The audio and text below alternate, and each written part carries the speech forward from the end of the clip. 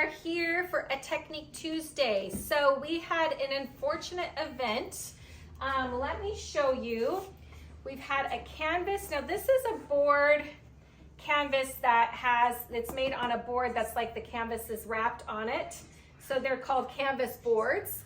And it was unfortunately got smashed in the car door, okay?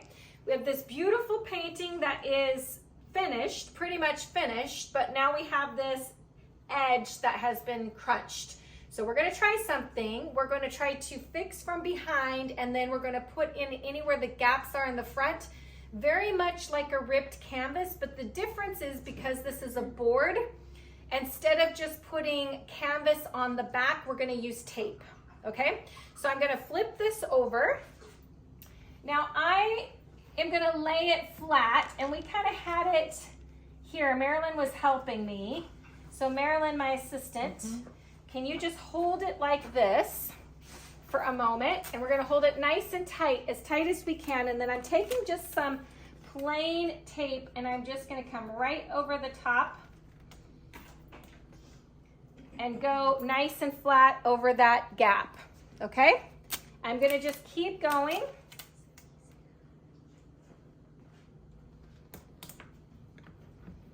And making sure that that's nice and tight in there, that we don't have any spots.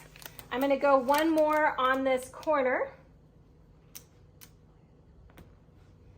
Here, okay? And then I'm gonna also come across, now that it's nice and tight here, I'm gonna come across the other way to just make sure we've got it nice and secured.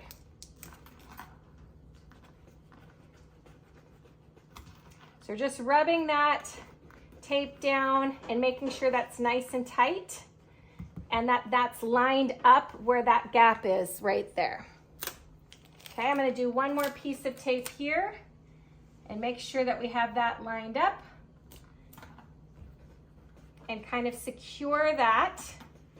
So this is nice and secured. So it's pretty tight onto there and not moving anywhere.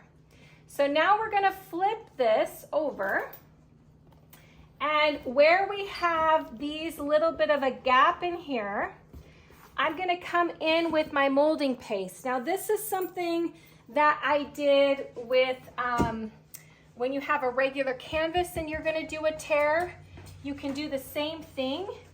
This is not gonna have as much of a gap as it would with a canvas, okay? So I'm gonna take just my molding paste, and we'll let this dry. So there'll be a second part to this where if you put the molding paste on, you're gonna need to let it dry for about 24 hours. And then she's gonna come back over the top and she's gonna blend that color back over. So it's gonna be something that I go in, I take my molding paste with my palette knife, and I'm just gonna place it over into these gaps. Now, I'm gonna fill it in kind of like spackling, or I don't know if there is a spackletine, but we'll add that in there, a spackling. And I'm gonna kind of fill it a little thicker into these little bit of the gaps so we don't see that where the line is. And then I'm gonna come back over and I'm gonna kind of smooth that out so that it kind of blends out. So just like if you were patching something on a wall, you'd wanna kind of come in and then smooth that out so it's thicker where the part is, where the gap is in the middle, where there's a crack. And then you're gonna smooth it out a little bit as it comes out to the side. So I wanna fill that in a little bit thicker here so that we can kind of make that smoother so we don't see that line. But then as I'm coming out, I can kind of thin that out so that even when she comes in here with her paint, that it's going to blend in without having any kind of a dip in that spot. So I'm gonna look and see, do I see any dips? I don't see any dips. I can kind of keep this a little bit thicker coming off to the side. And then what we do with this molding paste is we let this completely dry. And since I've got a little bit of texture over here, I'm gonna go ahead and put a little bit of texture in a couple other places. And here's why. We don't want our eye to catch in one spot. So we know that this is gonna have a little thicker paint, or a little thicker of the molding paste on this side. So I'm gonna make this look intentional. And so in order to make that look intentional, I'm gonna throw it in a couple other places to add a little bit of texture so that it creates texture in more than one spot, so your eye doesn't catch that. So I know it kind of looks like, okay, Lita, you're going a little rogue here with a lot of texture, but I know that when Marilyn comes in here with her blue back over the top, that having a little bit of texture in a couple other places will keep your eye from getting fixated on this spot, okay? So it's a good thing to do. Whatever you're doing in one spot, it's always good to kind of add it in a couple other places so that you don't, if you try to be too perfect with it, or you try to make it look too much like it's just perfect with the canvas, you're gonna see it. So it's better to make it a little bit more, like go a little bit more, make it look intentional than to have it be something where it only is in one spot. So this is gonna be great because once this dries, she's gonna come back in with her paint and it's gonna be completely dry in here, and this will firm up that corner. And then she's got this little bit of where she can wash with the color back over the top. And she may even want to throw a little bit of texture maybe here in the sand. And I think that can always then tie in. You could do like some sandy stuff down here. And then it looks intentional. It doesn't look like there was even anything that happened. And sometimes, I mean, sometimes we feel like it's completely ruined and maybe it just wanted texture. Maybe that's just what it was exactly needing. So for your Technique Tuesday, do not throw your canvas away if it gets a crack. And just so you can see this again, this actually has a cracked canvas from behind that we have sealed and taken in nice and tight with some tape. And then we've, any part of where the crack is on the front, we've gone over with our molding paste or modeling paste to fill in where the gaps are. We're gonna let this dry 24 hours. We're gonna do a wash of the blue back over, and you'll think, what a beautiful textured sky, that you'll never know what was behind with the crack. And that is your Technique Tuesday.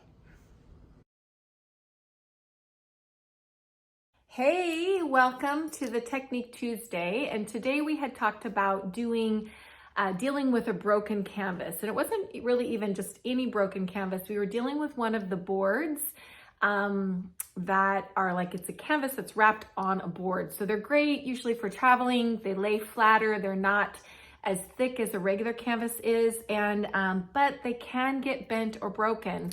And so we went over earlier just about how I ended up taping the back side and then using some molding paste on the front.